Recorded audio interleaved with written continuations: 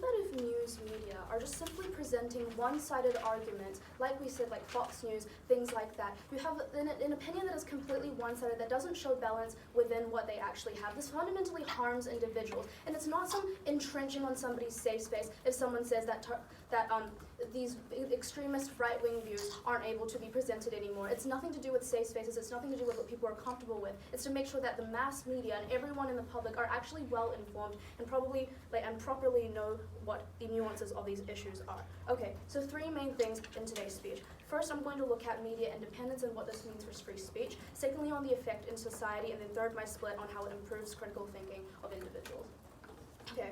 First, on media independence, they give us a very long explanation about the principle of free speech, right? That media needs to have opinion, and they need to have people being able to say whatever they want.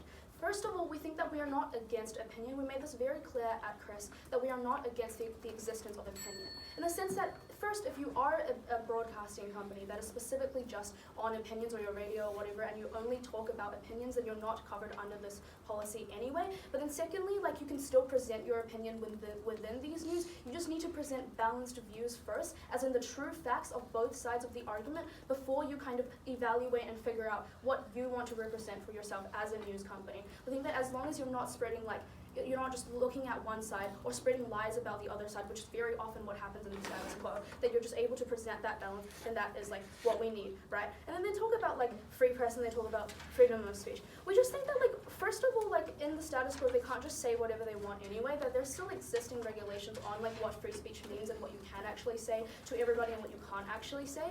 And then so if a company's start saying things that are literally hate speech, and obviously they're not allowed to do that, and that kind of overrides on free speech, right? But then secondly, we just think there's this responsibility that at the point where you literally have a very significant portion of the population reading and listening to what you say and what you represent for, you have this obligation and accountability that you cannot spread information that is completely one-sided, that doesn't actually present the real facts of the situation, and doesn't. Because the whole point of news is to kind of just push out information, right? When you go to we can go to the news, it shouldn't be purely just I want to see a really hardcore opinion on one side. The news itself should be just representing what the facts are. This is why it needs to be on controversial topics, because it's what is important, right? And you have to focus on those things. So we think that overall, right?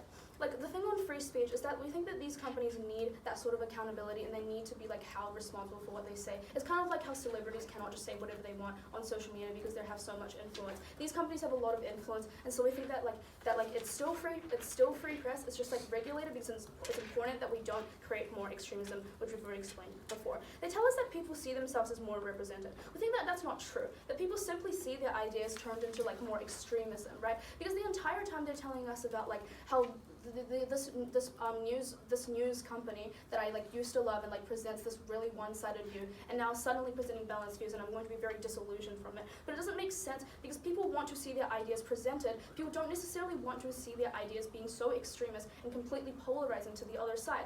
We don't think that is a accurate characterization on what society is like and what people are like and what kind of news they consume.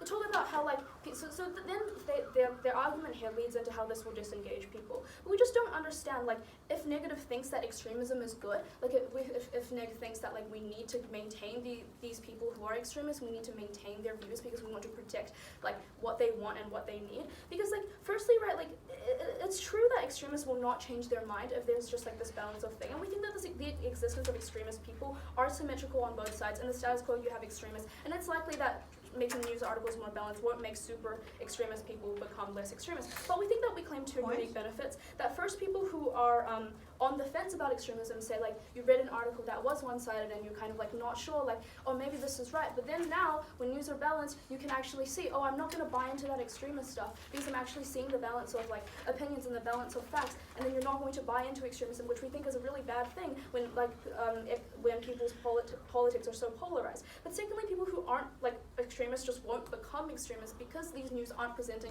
extremist views. For example, the Fox News, they're not going to buy into that if they were never extremists in the first place, because that doesn't that form of extremist news doesn't exist anymore. And then this leads to my effect on society, right? So I talk about like this intruding of safe space, and now then society is going to be upset, and overall society is like going to be incredibly disillusioned and sad, and they're not going to read the news anymore, and they're not going to care about controversial topics anymore. We think that this is just like super dramatized. That's not true that all of a sudden society is going to become disillusioned in the news outlets because they just have a balance of opinions now. That they're going to be like so disillusioned and then like buy out of like controversial topics, because the whole point of controversial topics is that they matter to people and they matter to the general public. So regardless of if they're disillusioned or they don't like their current favorite news outlet anymore, they're still going to care about these issues because it affects them, right? And just like and it's just existing, like we feel like it just your argument just needs to be like balanced and not represent the other side. We don't think that like the existence of free speech really, like the existence of free speech is really unhinged in this situation. And then like, so they give us like this example about how having balanced panelists on either side is like a bad thing, because then you're going to have like people who say like people who like support affirmative action and people who like don't support affirmative action. That's going to make people angry. It's going to make people upset.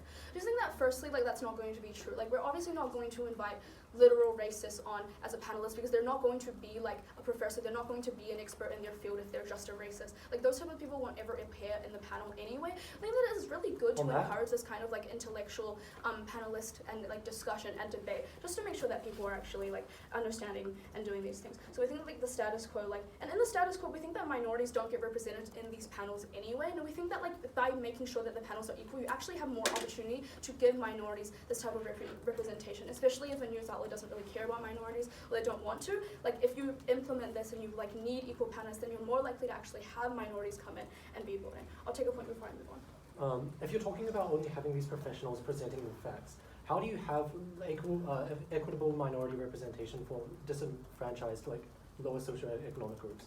Well, I think that like there are existing professors and existing like people, existing experts that study about minorities, that maybe they study like specific cultural, like they studied cultural studies in their university, because you have to find these experts in this field, right? So if you're literally having a discussion on like how something affects minorities, you need to have like this other side that exists that will know stuff about minorities. So they're just naturally going to be well representative of like their issues, because they're going to be people that are expert on that issue.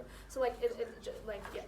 Okay, so moving into my substantive on how this will just improve critical thinking of individuals. We think that like, what do unbalanced news look like in just like an article generally?